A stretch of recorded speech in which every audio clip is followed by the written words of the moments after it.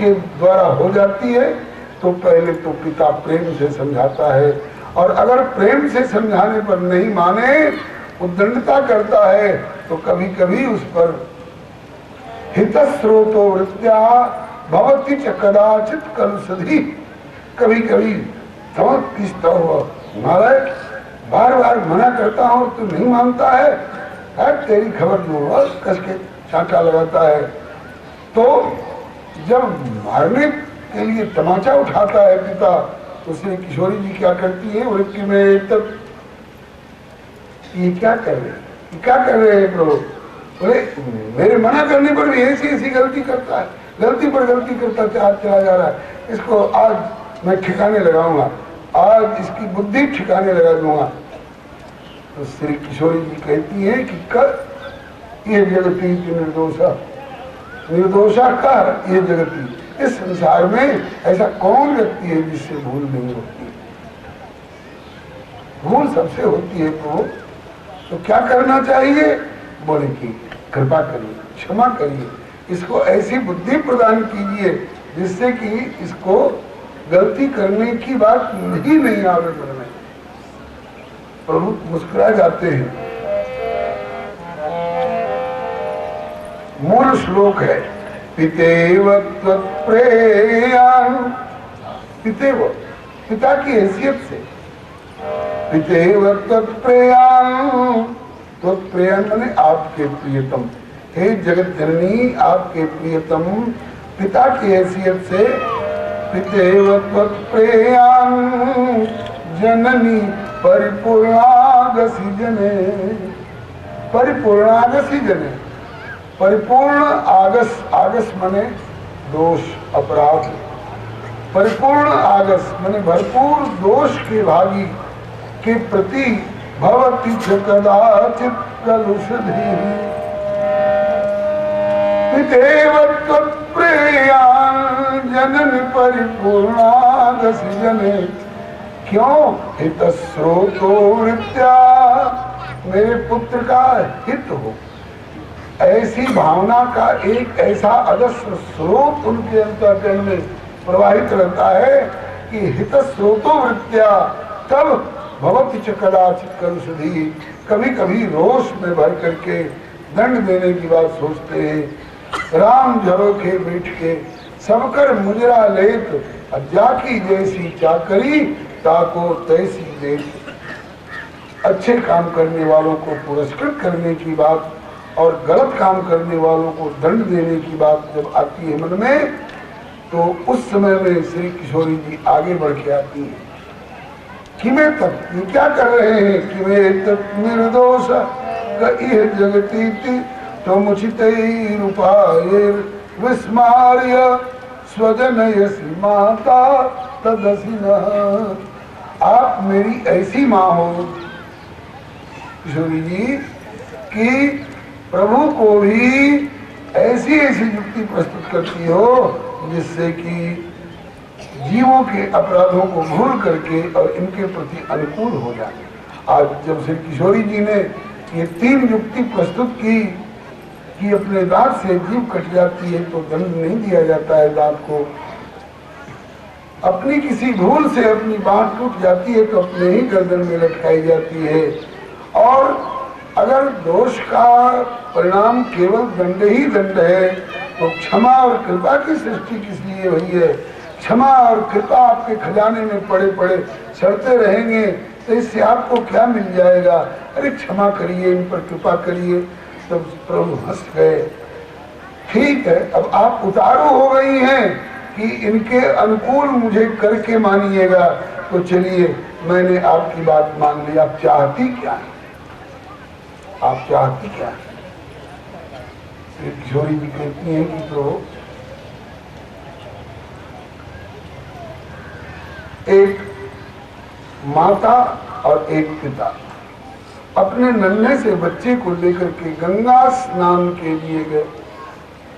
गंगा जी के किनारे किनारे बल्ली गड़ी हुई है, बांस बंधे हुए हैं, आगे गहराई है और धारा तेज है, और वहां पर बच्चा प्रवेश करके उत्साह के मारे और चाहता है कि खूब उछल उछल के नहाए।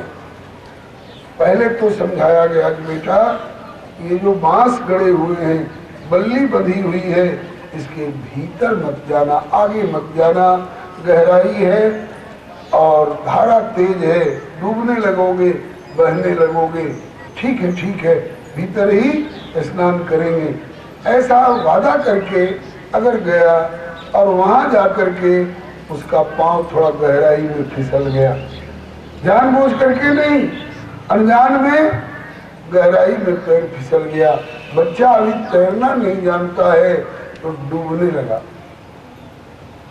लगा और धारा में पड़ गया, बहा जा रहा है। पिताजी की माताजी की दृष्टि पड़ गई। तो अब बताइए उस बच्चे को बचाना कर्तव्य है कि नहीं? अगर कह दें कि अपनी बदमाशी से, अपनी ढिठाई से मना करने पर भी गहराई की ओर गया है तो बह जाने दो, ऐसा कोई नहीं करता।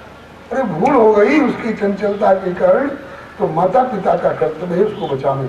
कैसे बचावेंगे? कह रहे बेटा उधर मत जा, इधर आ जा, इधर आ जा।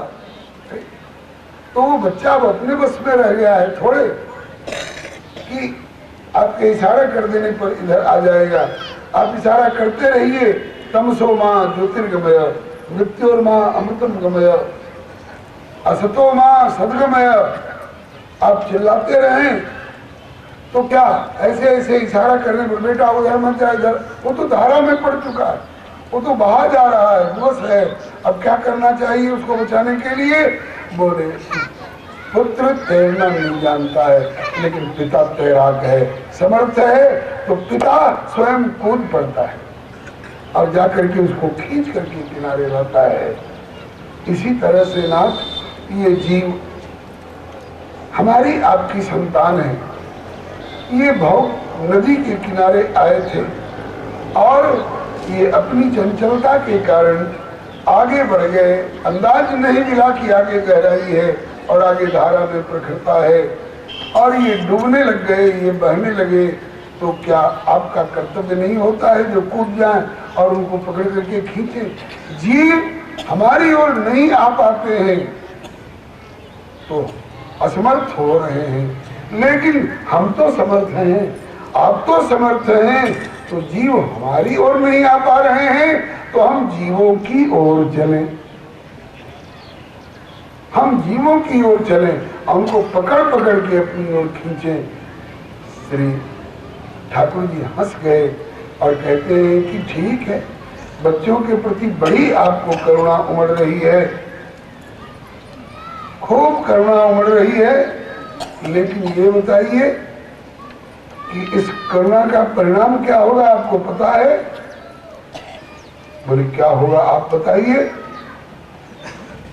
बोले इस करुणा का परिणाम होगा, आप यही नहीं चाहती हैं कि जीव हमारे धाम की ओर नहीं आ रहे हैं तो हम जीवों की ओर चलें, मतलब हम साकेत गोलोक वैकुंठ धाम छोड़ करके हम धरती पर चलें, अवतार लें। आप प्रेरणा यही नहीं दे रही हैं? हाँ ना।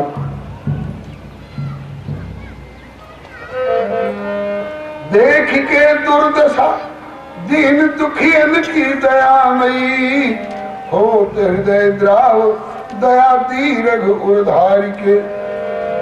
तो प्रीतम को प्रेरित करी करुणा करावे सिया, करुणा निधान हृदय करुणा संचारी के। ये अंधे अनजान में न पड़े अंधकूप माही, इसलिए लीजिए उबारी बाह लंबी पसारी के।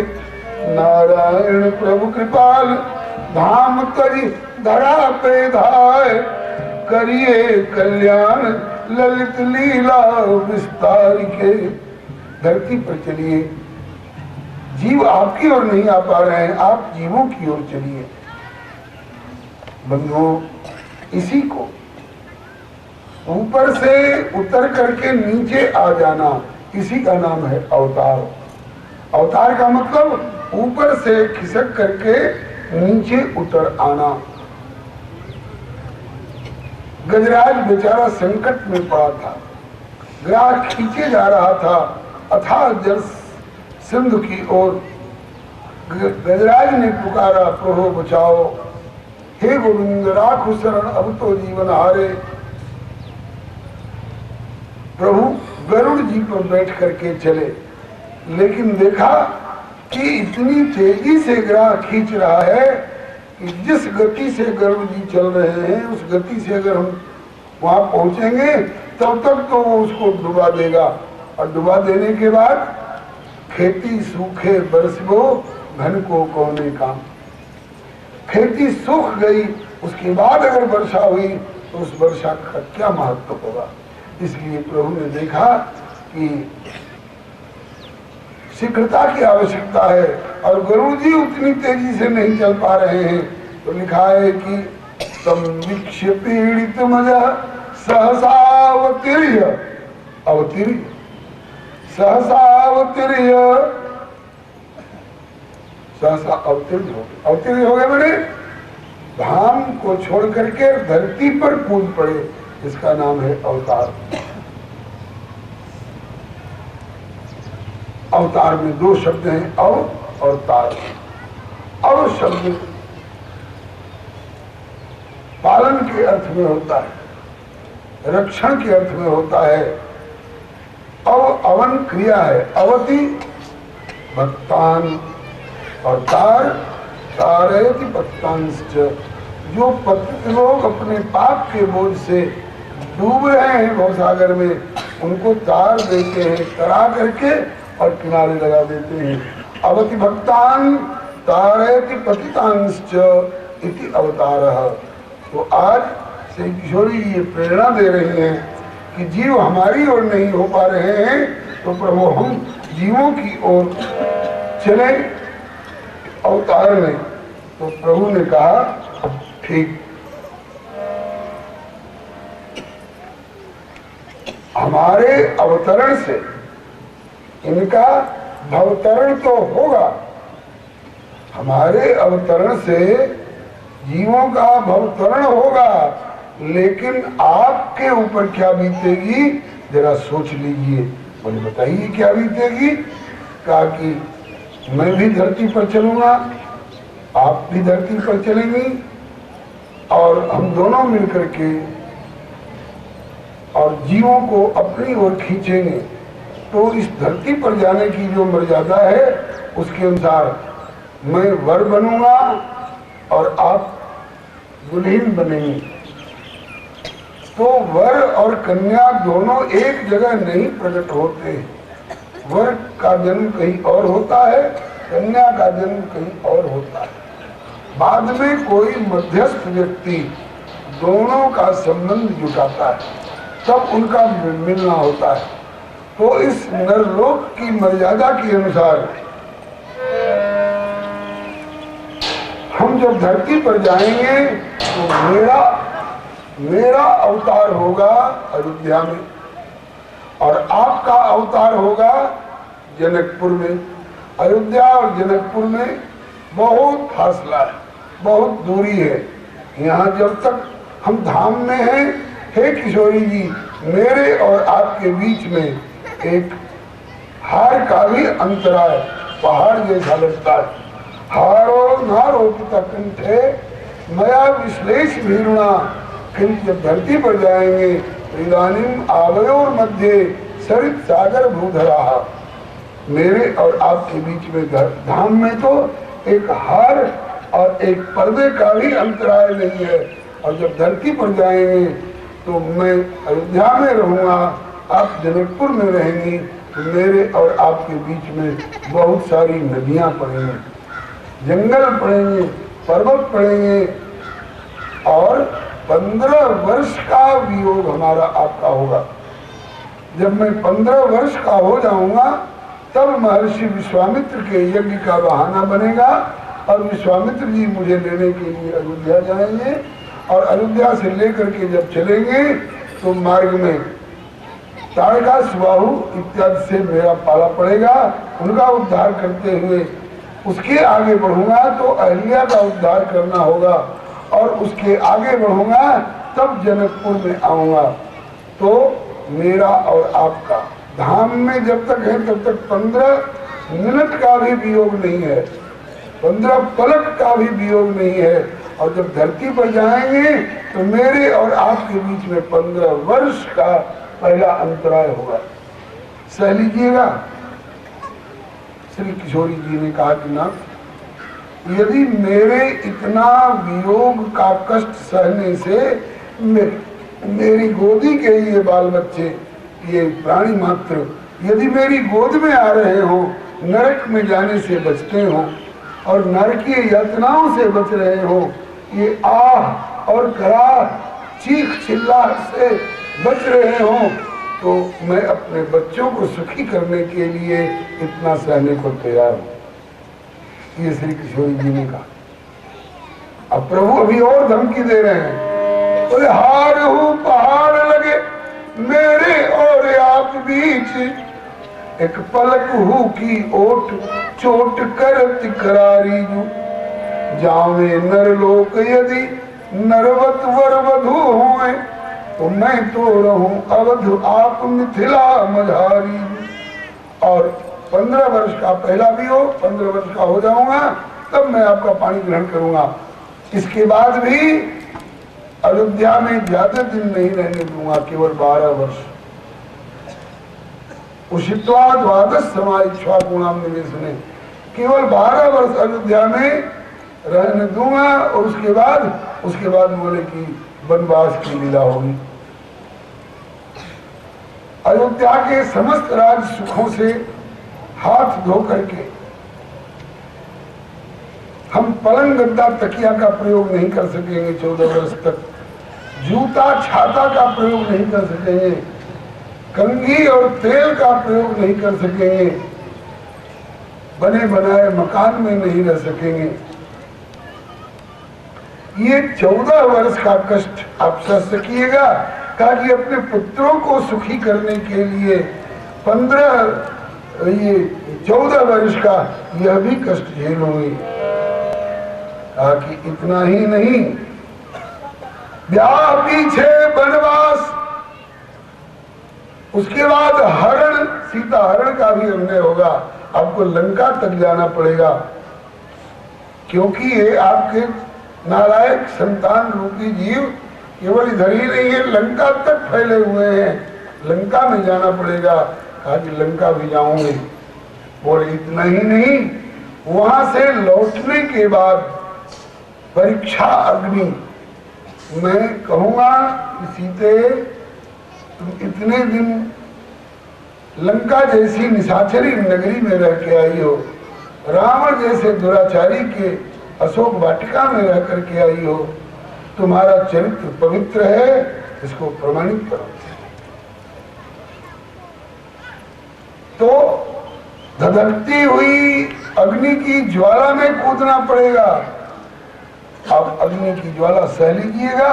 अग्नि परीक्षा के समय में कहा कि यदि मेरे इतना सहने से ये मेरे जीव रूपी संतान अगर दैविक भौतिक त्रिताप की ज्वाला में जलने से बच रहे हों, तो अपने पुत्रों को उस ज्वाला से बचाने के लिए मैं आग में कूदने को ही तैयार हूं।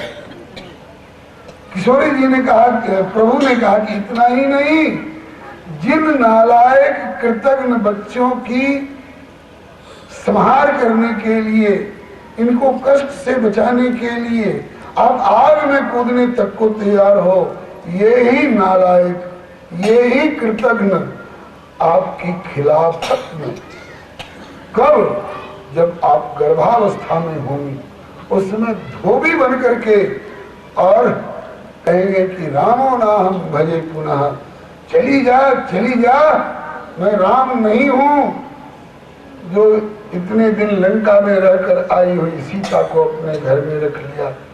कहाँ रही है रात भर? ये धोबी अपनी धोबिन को फटकारेगा, चली जा, मैं तुझे घर में रखने को तैयार नहीं। मैं राम नहीं हूं जो इतने दिन लंका में रहकर आई हुई सीता को घर में रख लिया। तो हे सीते, जिन बच्चों के लिए दया करके आप कष्ट से छुड़ाने के लिए धरती पर जाने को तैयार हो रही हो, वे ही कृतज्ञ नालायक आपके किए हुए इस उपकार को और उपकार वाली करुणामयी भावना की ओर नहीं देख करके आपकी खिलाफत में शिकायत करेंगे और आपको फिर गर्भावस्था में जंगल में निकाल बाहर किया जाएगा। आपको वाल्मीकि जी के आश्रम पर रह करके अपने बच्चों को जन्म देना पड़ेगा। कुछ और लोगों को इतना सहिएगा। श्री किशोरी जी कहती हैं, दुस्सह कलेश सहु याहू से असह्य नाथ, शुद्ध स्वरूप जीवन को होय जो निस्तार जू। क्योंकि पूत हो कुपूत भले, पूत हो कुपूत भले, किंतु मातु ना कुमातु होती। पूत हो कुपूत भले, किंतु मातु ना कुमातु होती। श्रुति पुराण संत सकल कहते हैं पुकार जू। कुपुत्र हो जाए तो क्वचित कुमाता न भवती। पुत्र कुपुत्र भले हो जाए लेकिन माता कुमाता नहीं होती नाथ। माए को करे जो काढ़, करे पुत्र टूक, फिर भी मातृ हृदय कहे राखे कुशली कर तारी। माए को करे जो काढ़, बेटा पिशाच बन जो माँ का, ले काट कलेजा भी निकाल, तो भी उस कटे कलेजे से स्वर निकलेगा खुश रहो लाल। माता न कुमाता हो सकती, हो पुत्र कुपुत्र भले कठोर। इसलिए सब देव देवियां एक और, ऐ माँ मेरी तू एक और। पूत हो कुपूत भले, मातु ना कुमातु होती। श्रुति पुराण संत सकल कहते हैं पुकार जू। माँ को करे जो काढ़, करे पुत्र टूक, फिर भी मातृ हृदय कहे राखे कुशली कर तारजू। इसलिए नाथ इनको दोष गुण विसारी। किसमें कितने दोष हैं, किसमें कितने गुण हैं, इन पर ध्यान मत दीजिए। अपने हैं, ये अपने अंश हैं, अपने बच्चे हैं। आप जगत पिता हैं, मैं जगत माता हूँ, मैं इनकी भी माता हूँ। नालायक बेटे को तमाचा मार करके पिता ने घर से निकाल दिया, निकल जा बदमाश, बराबर मेरी आज्ञा के और अनुशासन के खिलाफ चलता है, मैं तेरी सूरत नहीं देखना चाहता हूँ। वो गांव से बाहर जा करके किसी बरगद के वृक्ष के नीचे बैठ के रो रहा है।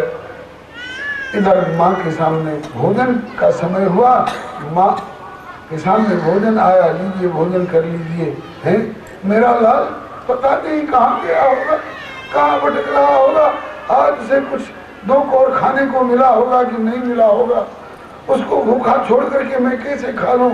इतने में किसी ने खबर दी कि गांव के बाहर वहाँ बरगद के नीचे बैठ करके रो रहा है, अपनी भूल को कबूल करके, और उस पर 8-8 आंसू बहा रहा है।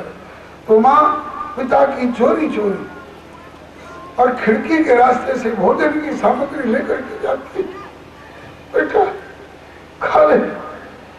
माँ भोजन अच्छा नहीं, भोजन अच्छा नहीं लगता। पिताजी नाराज हो गए हैं, उन्होंने घर से निकाल दिया है, कहते मैं तेरी सूरत देखना नहीं चाहता, ताकि चल मैं उनको तेरे अनुकूल कर लूंगी। तो बेटे को अंचल में छिपा करके घर में लाती है और पिता के समीप जाकर, अपने पति के समीप जाकर कहती है, अरे एक बार भूल हो गई तो क्या हमेशा के लिए त्याग दोगे, अपना ही तो है। कहते हैं कि मैं कहाँ त्यागता हूँ, वही मेरे अनुशासन को त्याग करके और मेरी खिलाफत करने पर तुला हुआ है, मैं क्या करूं। बोले कि अब से ऐसी गलती नहीं करेगा।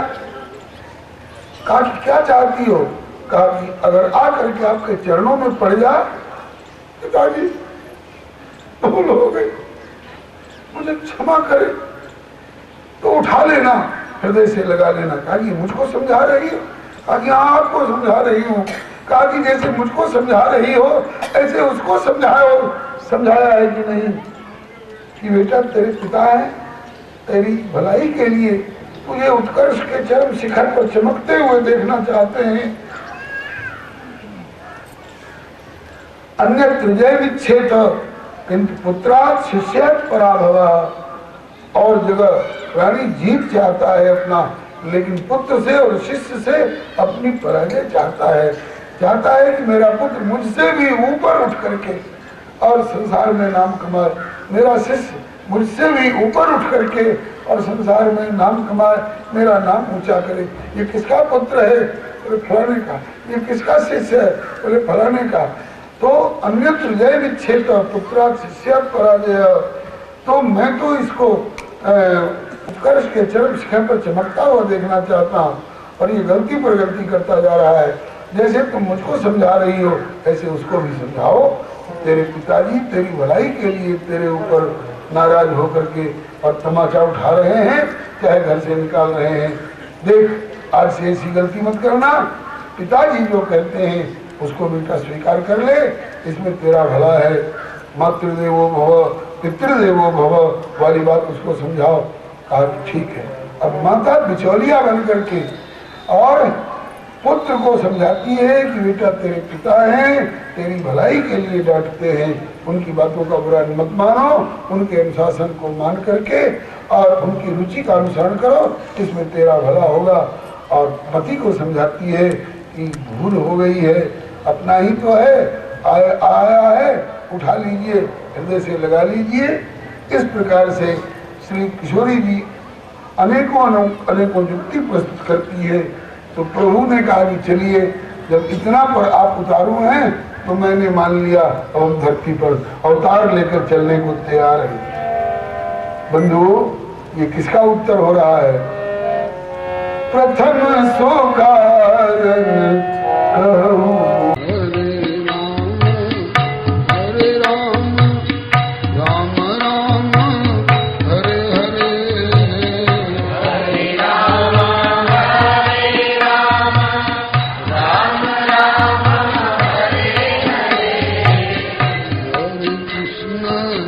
Hare Krishna, Krishna Krishna, Hare Hare